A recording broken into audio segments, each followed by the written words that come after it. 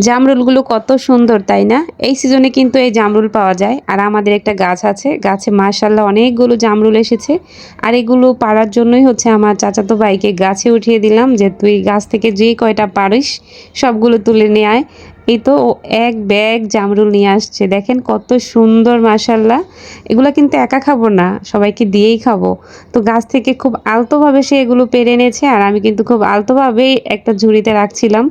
কারণ এখান থেকে আমি খাবো, আমার বোনের বাড়িতে দিব। আশেপাশে যারা আছে মানে কাছে উপস্থিত থাকবে ওই মুহূর্তে তারাও কিন্তু খাবে। এত সুন্দর লাগছিল মাশাআল্লাহ। বৃষ্টি যদি হইতো তাহলে কিন্তু আরো এগুলা টুসটুসা হয়ে যাইতো একদম। তো এই তো আমার চাচাতো ভাইও এখানে তুলে, তুলে রাখছিল। আর আমি বললাম, "তোর যা, যা লাগে তুই নিয়ে নে।" আর আমি তো বসে, বসে খাচ্ছিলাম। আর এই মোমেন্টগুলো ক্যাপচার না করলে তোই না। এত সুন্দর ছিল জামরুলগুলো। খুব মজা করে খেয়েছি এবং সবাইকে দিয়েছি।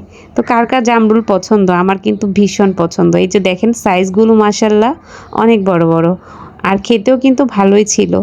আর নিজের গাছের ফরমালিন মুক্ত ফল এটা একটু খারাপ হলেও খাওয়া যায়। কোনো সমস্যা নাই। কারণ এটাতে ক্ষতিকারক কোনো পদার্থ দেওয়া নাই, কোনো মেডিসিন দেওয়া নাই, কোনো কীটনাশক দেওয়া নাই, কিচ্ছু না। একদম অরিজিনাল, একদম ভালো ফ্রেশ এগুলো। আর আমি যখন বাড়িতে যাই আম, জাম, কাঁঠাল যা আছে খুঁজে, খুঁজে তো খাই। আর আমার মা জানে এগুলো আমি খুব পছন্দ করি। আগে তো নিজে গাছে উঠেই এগুলো পারতাম, অবশ্য এখন আর সম্ভব না।